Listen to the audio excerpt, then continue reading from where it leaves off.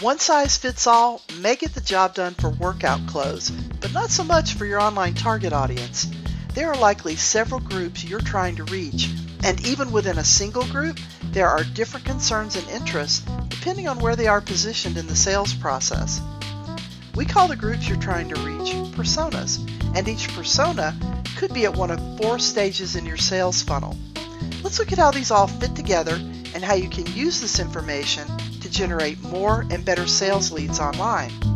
If you're a CPA, for example, your ideal clients might include individuals, businesses, nonprofits, maybe even faith-based organizations like churches or some private schools. The services you perform for any of these groups might be essentially the same from an accounting perspective. However, the way each group thinks about what it needs from you, and even the language they use to describe it, will likely be very different.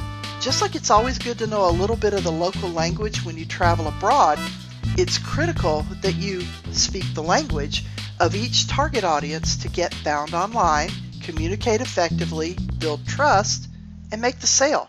And the way you figure out the language is by crafting personas.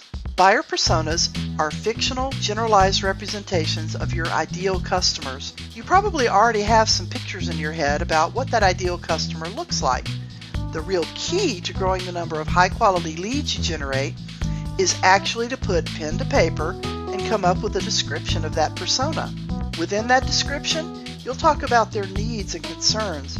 You'll even name them and include a photo you can visualize when you think about them. Oscar Owner brings to mind someone entirely different than Mary Marketer, doesn't it? Ideally, these buyer personas will be based not only on your personal insight, but also on market research and conversations with current customers. Every business will have 1 or 2 personas. Some might have 20 or more. And let's not forget to include negative buyer personas. These are groups you know you do not want to attract. Every business has these groups too, and it is just as important not to attract these undesirable sources as it is to attract your ideal customers. Not everyone who comes to your website is ready to buy, and that's okay. Generating sales is a process, and once you have buyer personas in hand, you can generate content for each one, focusing on every stage of the buyer's journey. Attract, convert, close, and delight. That's right, the process doesn't end once you've made a sale. The process goes something like this. Strangers will find you online by referral or via search. These visitors will read your blog, maybe follow you on social media, they'll see your calls to action, and they'll submit your forms.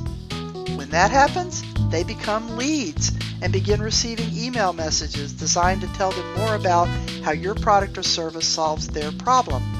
They'll click on links in the emails or pick up the phone and call. And then they buy. Customers will continue to receive valuable content and you'll be able to upsell them. Your superior product or service and valuable content will eventually make a customer an evangelist, someone who will sing your praises to anyone who will listen.